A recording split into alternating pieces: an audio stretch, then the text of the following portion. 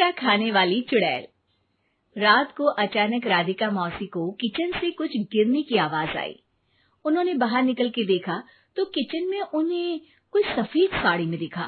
वो चीख पड़ी, हे भगवान, आलतू जलालतू आई भला को टालतू, आलतू जलालतू आई भला को टालतू।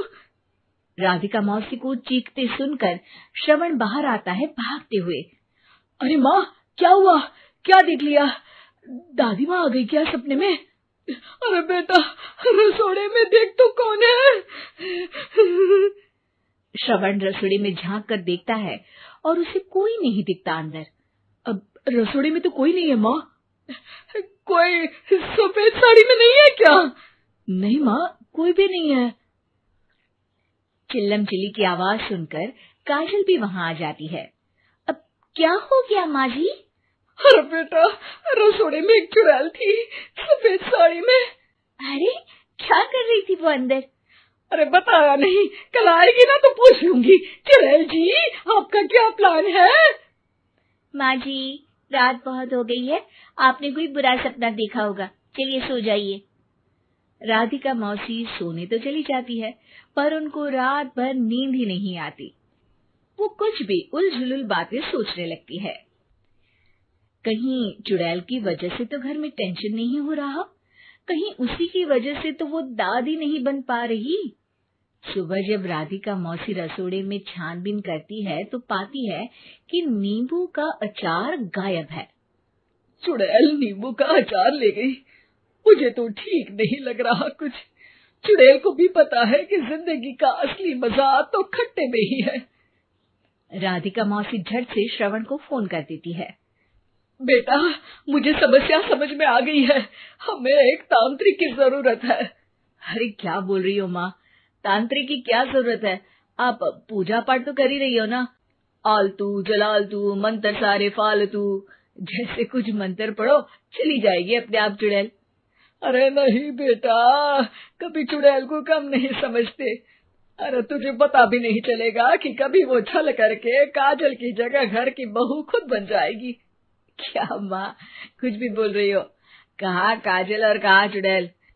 वैसे एक बात बताओ, काजल को अगर गाने के लिए बोल देना तो चुड़ैल काजल की आवाज सुनकर घर तो क्या, धरती लोग छोड़कर चली जाएगी। तुम ना पढ़े लिखे बच्चे हर चीज को मजाक समझते हो। तुम रहने दो, मैं खुद ही तांत्रिक को बुला लेती हूँ। अच्छा सुन, शाम को इमली लेके आना। क्या है कि चटनी खाए बहुत दिन हो गए है ना?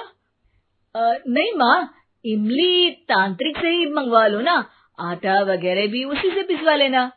देखो मुझे काम करना है।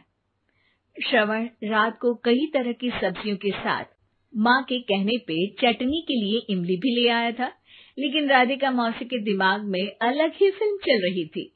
उन्हें अब सिर्फ शक ही नहीं यकीन होने लगा था कि शायद चुड़ैल ने श्रवण पर अपना जाल बिछा दिया था, जिस वजह से श्रवण उनकी बात ही नहीं मान रहा था। पर कोई नहीं, आने वाली रात में राधिका मौसी खुद तैयार हो गई चुड़ैल को पकड़ने के लिए। रुद्राक्ष की माला, तुलसी का पत्ता, हनुमान चालीसा सब हाथ के पास ही था, बस चुड़ैल का इंतजार था। और जैसा राधिका मौसी ने सोचा था वैसा ही हुआ। वो चुड़ैल उस रात भी आई, पर वो राधिका मौसी से तेज निकली और राधिका मौसी के उससे पकड़ने के पहले ही वो भाग खड़ी हुई। जरूर बहू पे साया है उस चुड़ैल का, तभी तो श्रवण के कमरे में गई है। और अगली सुबह राधिका मौसी पिछली रात हुए हमले में किन चीजों का नुकसान हुआ उसका हिसाब लगा रही थी। उनके खेमे से एक आम के अचार की शीशी भी गायब हो चुकी थी और वो इमली भी जो कल श्रवण लेकर आया था। राधिका मौसी इस बारे में सोच ही रही थी कि श्रवण जल्दी से रसोड़े में आकर दवाइयों की पोटली ढूंढने लगता है। अरे बेटा, क्या हो गया?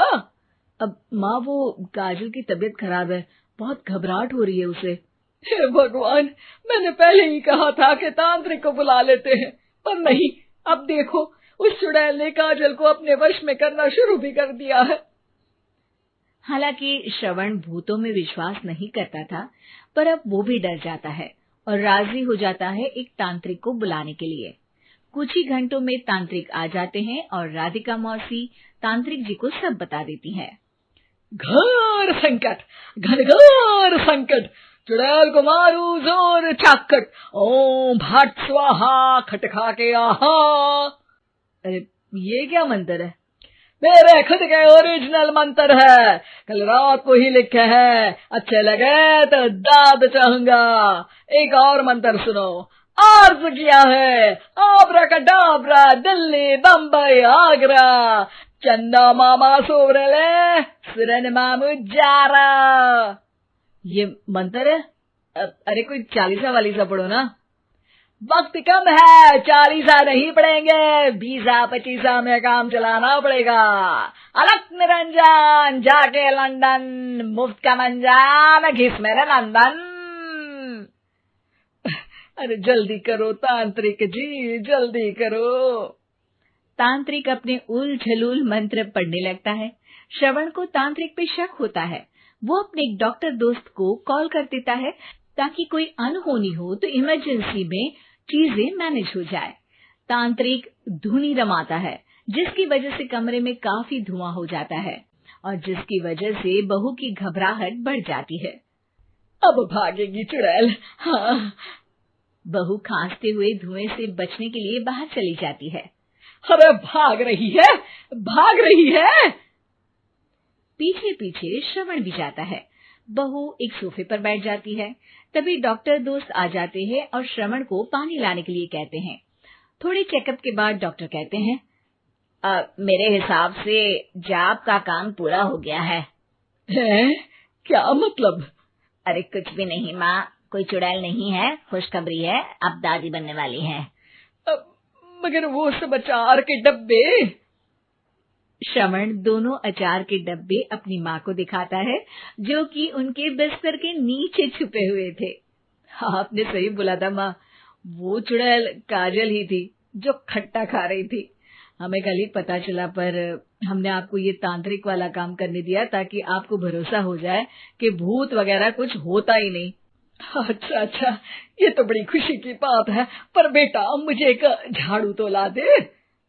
क्यों माँ? ये तांत्रिक का भूत उतारती हूँ मैं।